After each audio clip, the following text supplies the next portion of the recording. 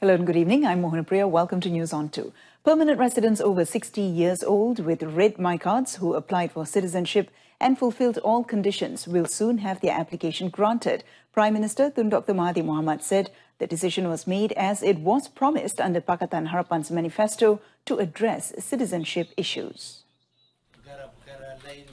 As for those aged below 60, Tun Dr. Mahathir said the citizenship status will be given based on several conditions, including that they were born in Malaysia and one of their parents should be a Malaysian citizen. Yang muda lagi itu kalau ada asas mereka umpamanya anak yang dilahir oleh satu parentnya orang Malaysia berhak untuk dianggap sebagai warga negara Malaysia. Jika ada kes melainkan ada perkara-perkara lain yang berkaitan, kita akan terima mereka sebagai warga negara Malaysia. One parent must be a Malaysian and they must be born in Malaysia. Speaking to reporters after chairing a meeting of the Special Committee on the Scenario and Management of Foreign Workers in Malaysia at Parliament, he said the government managed to secure the citizenship of 3,407 Indians who held red My Cards with the age above 60 years old. On another note, Tun Dr. Mahathir wants Article 66, subsection 4A of the Federal Constitution to be retained to give priority to the Rakyat's opinions when deciding a bill to become law. The Prime Minister, however, added that the Yang di-Pertuan Agong should be made aware of the laws passed by Parliament. Tun Dr. Mahathir also said there is no reason to amend Article 66, subsection 4A of the Federal Constitution as it involves the question of democracy practiced in the country. Dan kita semua bersetuju dan ahli yang berhormat pun dulu bersetuju juga dengan saya, iaitu kuasa berada kepada rakyat dan rakyatlah yang menentukan. Sebab itulah pindaan dibuat supaya keputusan rakyat tidak boleh diketepikan ataupun dibatalkan oleh Yang di-Pertuan Agong. The Premier further said that the constitutional amendments made in 1983, 84 and 94 were not aimed at taking away the special position of the Yang di-Pertuan Agong, but to ensure that bills passed by both houses in Parliament became law as soon as possible. Commenting on the issue of the national language, Tun Dr. Mahathir Mohamad has reiterated that the government is firm in its stand to prioritise the use of Bahasa Melayu in all official government dealings and affairs. However, Tun Dr. Mahathir said the use of other languages, such as English, as the chosen language may be necessary in government's official events where foreign dignitaries and officials are involved. Perlembagaan kita memenuhi segala kehendak kita berkenaan dengan perlindungan bagi bahasa kebangsaan kita. Tetapi ada kalanya terjemahan dibuat dalam bahasa lain. Tetapi yang rasmi ialah yang ditulis dalam bahasa Melayu. Itu yang rasmi. Terjemahan bukan rasmi. Kalau tak betul pun itu hal dia lah. Tapi yang betul yang boleh dibawa ke mahkamah ialah yang ditulis dalam bahasa Melayu. Speaking in Parliament today, Tun Dr. Mahathir has also given his assurance that the Malay and Bumiputra rights and privileges as mentioned in the Federal Constitution will always be upheld and protected. The Registrar of Societies, ROS, today said Parti Pribumi Bersatu Malaysia, Bersatu, is a valid political party and revokes its order for the party's deregistration. Bersatu today settled its legal challenge against the Registrar of Societies over the government body's decision to deregister the party ahead of the 14th general election. In a consent judgment recorded before High Court Judge Azizah Nawawi, the ROS affirmed that Bersatu was a valid political party and did not breach any provisions under the Societies Act in running its operations. The ROS also said Bersatu had provided all necessary documents. The consent judgment said ROS confirms that it has revoked the order dated April 5th to disband PPBM. No order was made as to costs. Speaking to reporters outside the court, Bersatu's lawyer Rosli Dahlan said it was time to bury the past and move forward for the sake of the country. Inspector General of Police Tan Sri Muhammad Fuzi Harun has confirmed that the police has recorded a statement from former Malaysian External Intelligence Organisation or MEIO head Datuk Hassanah Abdul Hamid regarding a letter sent to the US Central Intelligence Agency CIA before the 14th general election in May. He also said that more individuals, including embassy officials, will be interviewed regarding the matter. Siasatan tu sedang berjalan. Ada beberapa tindakan telah diarahkan kepada pihak kita dan a few statement more will be recorded dalam masa terdekat ni.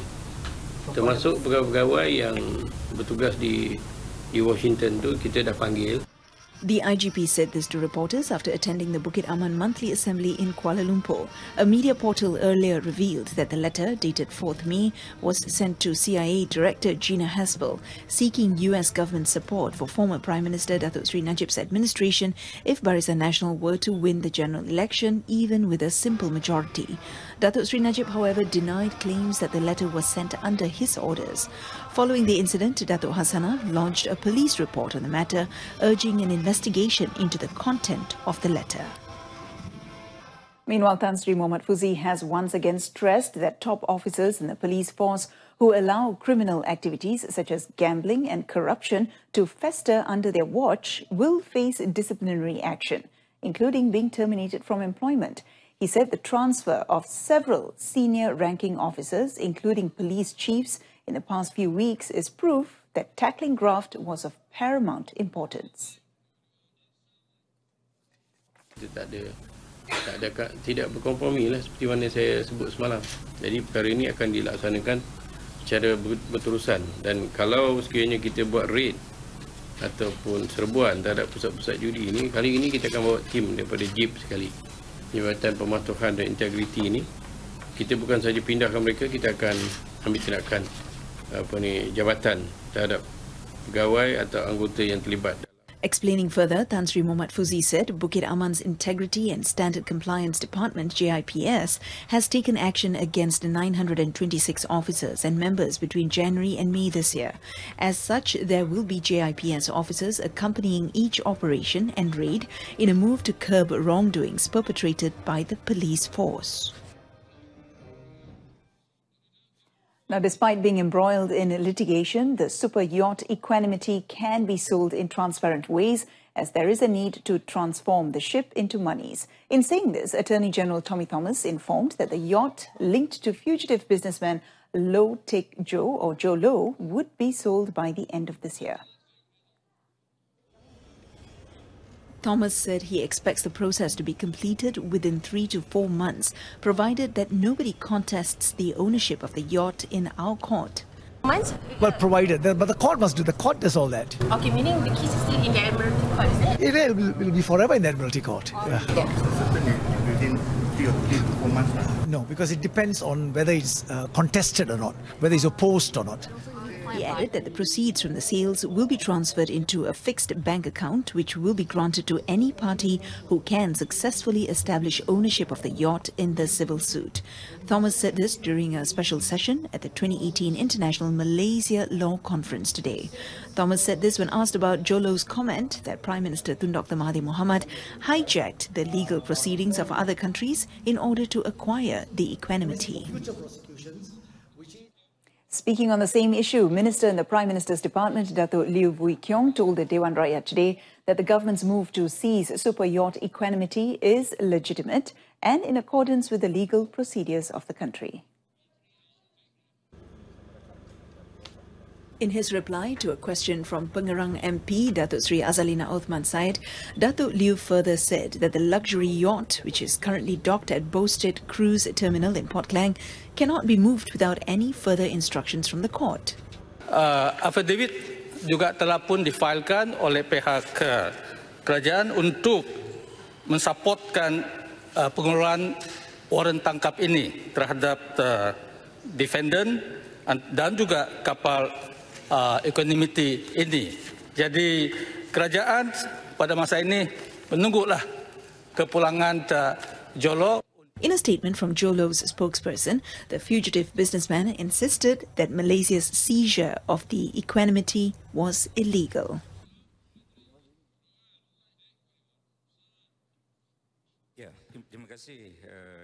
In another development, Datuk Liu said that the Freedom of Information Act will be enacted in the near future, in line with Pakatan Harapan's manifesto promises. He said the formulation of the act needs to be studied carefully to ensure that it meets the government's commitment to review the Whistleblower Protection Act 2010, the Official Secrets Act 1972, and the Witness Protection Act 2009, besides ensuring that the new acts do not butt heads with the existing laws. Dua buah negeri telah melaksanakan enactment kebebasan maklumat pada tahun 2010 dan 2011, iaitu negeri Pulau Pinang dan juga Selangor, dengan tujuan untuk menumpuk sifat ketulusan di samping memberi peluang kepada mana-mana individu untuk mempunyai akses berkenaan maklumat berkaitan kerajaan negeri. Datuk Liu said that the government will also review the effectiveness of the implementation of both enactments, simultaneously taking into account the views of the stakeholders so that the soon-to-be-introduced Freedom of Information Act can achieve its purpose. The teaching permits of two women accused of abusing children at a private kindergarten in Malacca, as seen in two viral videos, has been revoked. The move is to ensure that they no longer have any interaction with students, nor will they be allowed to work in kindergartens anymore. In a statement, the Education Department said that they have issued a stern warning to the kindergarten operator in regards to the negligence when handling children aged between 4 and 5. The first video that went viral on social media sites, lasting 2 minutes and 10 seconds, depicted a teacher placing a little girl on top of a boy forced to lie face down on the ground. The second video, lasting 36 seconds, showed another teacher slapping a boy repeatedly until he fell off his chair. The two teachers, aged 21 and 40, have been detained to facilitate investigations under Section 31, Subsection 1 of the Children Act 2001. A syndicate involved in abusing the rehiring and relocation program, recently crippled by the Immigration Department, was raking profits up to 2.2 million ringgit. The three suspects nabbed in the raid, including the mastermind known as Abang Is, were remanded for investigations under the Passport Act 1966. According to Immigration Department Director General Datuk Sri Mustafa Ali, the syndicate, operating under the guise of a travel agency, had allegedly duped over 300 illegal immigrants. Apparently, the syndicate was charging the victims, mostly Bangladeshis, about 8,000 ringgit per person to process their applications prior to the closing of the program on June 30. Kita telah nyatakan banyak kali bahawa urusan-urusan untuk mendapatkan pekerja-pekerja ini, pekerja asing khususnya, boleh terus melalui online dengan Jabatan Immigration dan boleh terus ke Immigration ataupun vendor-vendor yang telah ditetapkan sebelum ini. On July 10th, the Immigration Department raided a two-story shop house in Sri Serdam, Sri Kembangan, and arrested two Bangladeshis and a local man whom authorities believed were running the syndicate. A bus driver was killed when his vehicle collided with a lorry along Jalan Saleh, Kampung Temyang in Muar, Johor this morning. According to Muar District Police Chief Superintendent Idris Rajab, the bus driver, Nordin Kosnon, 53, who was heading towards Pagoh from Muar, veered into the opposite lane and collided with the lorry. The lorry driver, Tan Boon Guan, 43, sustained severe injuries and was taken to the Sultanah Fatimah Hospital in Muar for treatment. However, all the 12 passengers on board the bus at the time of the accident were reported to be safe. The case is being investigated under Section 41, Subsection 1, Subsection A of the Road Transport Act 1987.